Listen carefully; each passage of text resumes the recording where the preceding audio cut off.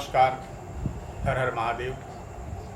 काशी से मैं आचार्य रवि प्रकाश मिश्र आज पुनः एक महत्वपूर्ण विषय को लेकर उपस्थित हुआ हूँ आप सबों के समक्ष।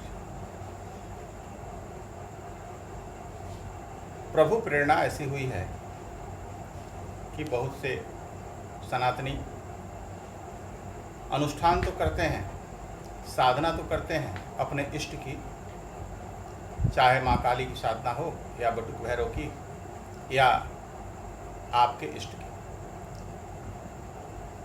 परंतु संकल्प नहीं करते हैं। संकल्प मतलब प्रतिज्ञा, एक तरह का शपथ। संकल्प करने से सिद्धि संदेहास्पद नहीं रहती। आपने देखा होगा, आप कोई भी साधारण से साधारण या बड़ा से बड़ा कोई अनुष्ठान करते या करवाते हैं स्वयं या ब्राह्मण के द्वारा, तो आपके यहाँ जिस ब्राह्मण को आप बुलाते हैं या स्वयं भी संकल्प लेते हैं। अनुष्ठान करने से पहले हाथ में जल लेते हैं, चावल के कुछ दाने लेते हैं, पुष्प रखते हैं, कुछ दक्षिणा रखते हैं और संकल्प या स्वयं बोलते हैं या पंडित जी बुलवाते हैं, जिसका प्रारंभ होता है ओम विष्णु विष्णु विष्णु करके। बाकी तो आप जानते ही हैं। उस संकल्प का मतलब क्या है, वह संकल्प आवश्यक क्यों है?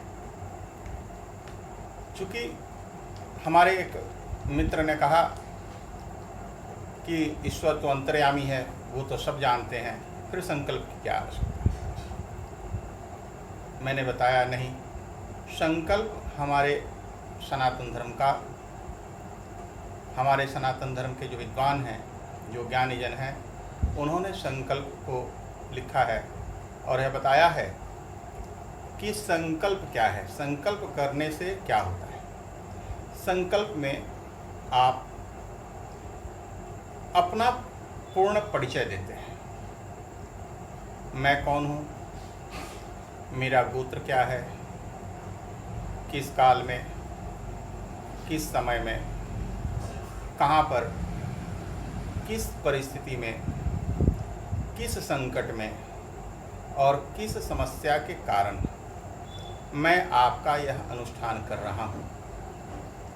हो सकता है कोई समस्या न हो, आप ईश्वर की प्रीति पर आना चाहते हो, तो आप प्रीत्यर्थे कह सकते हैं, या जो समस्या हो आपकी वो उस संकल्प में बोल सकते हैं। उसके बोलने से क्या होता है, आप समझ लें कि जिस प्रकार पहले के समय में, अभी भी प्रचलन समाप्त नहीं हुआ है, कम हो गया, लोग पत्र भेजते थे, लेटर, तो उसमें भेजने वाले का एड्रेस और जहाँ भेजना है जिसके नाम से उसका एड्रेस, तो जहाँ भेजना है उसका भी एड्रेस लिखा रहता था और जो जिसने भेजा है उसका भी एड्रेस लिखा रहता था। तो इससे क्या होता था कि वह पत्र अपने गंतव्य तक पहुँच जाता था। अब उसमें अंदर जो आपने मैटर लिखा है वह आपका जो परिचित है उसको पढ़ा और जाना कि आपने पत्र क्यों भेजा है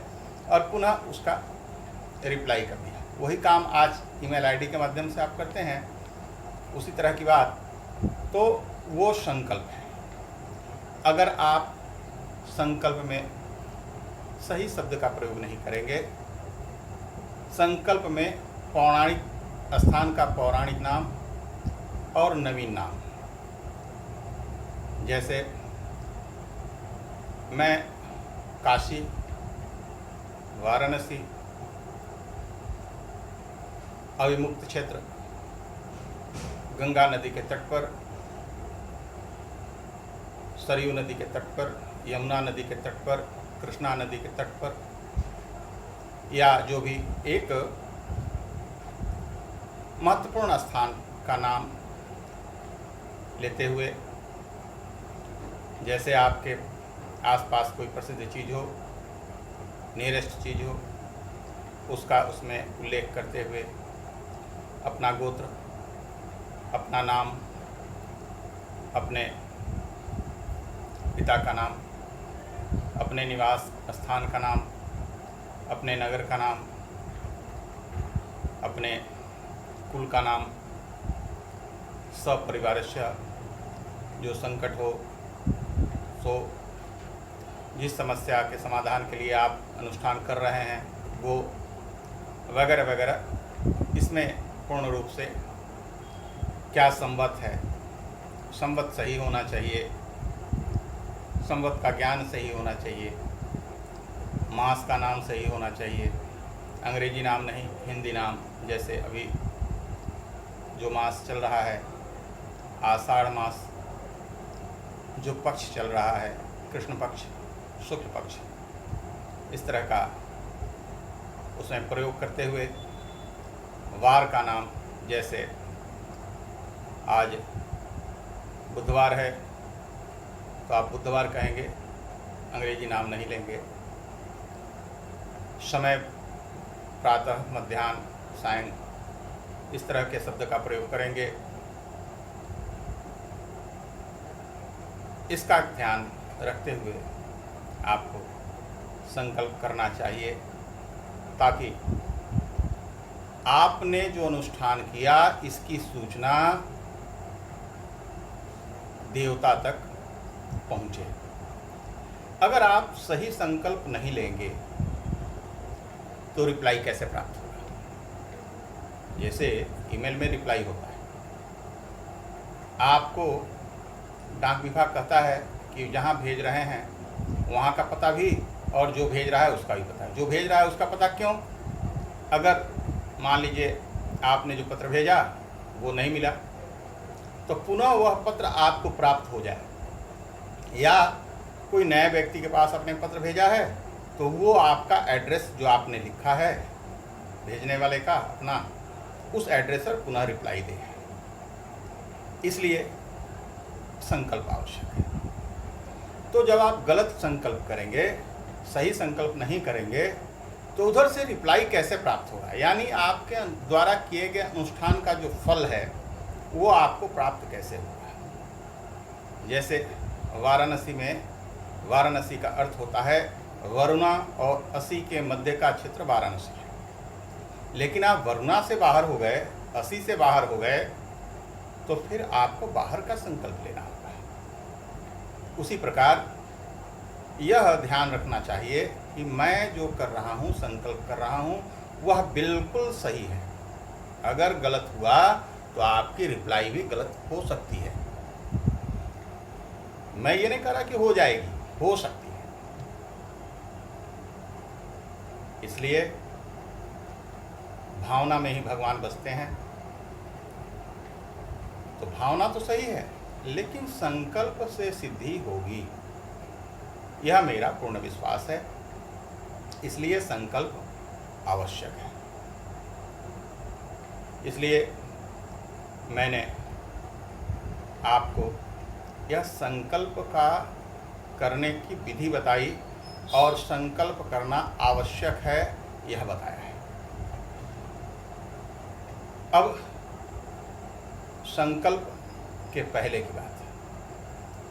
आसन उषा का हो तो अति सुंदर, मगर स्त्री को कुशा पर बैठने का निषेध बताया गया है। स्त्रियां कुशा पर के आसन पर न बैठें, पुरुष कुशा के आसन पर बैठें, स्त्री कंबल के आसन पर बैठे, कंबल के आसन पर दोनों ही लोग बैठ सकते हैं। अब यहाँ आज का समय पूर्ण हुआ। पुनः अगले वीडियो में आपको आगे का प्रसंग बताऊंगा। मेरा ईमेल आईडी है जो आगे लिखा हुआ है। अगर आपके मन में कोई जिज्ञासा हो तो उस ईमेल आईडी के माध्यम से आप संपर्क करके अपनी जिज्ञासा शांत कर सकते हैं। और मेरे इस चैनल को, मेरे इस वीडियो को लाइक करें, शेयर करें, सब्सक्राइब करें ताकि मेरा भी मनोबल बढ़ता रहे और मैं आपको नई नई जानकारी नित्य प्रतिदिन देता रहूं। हर हर महादेव, नमस्कार।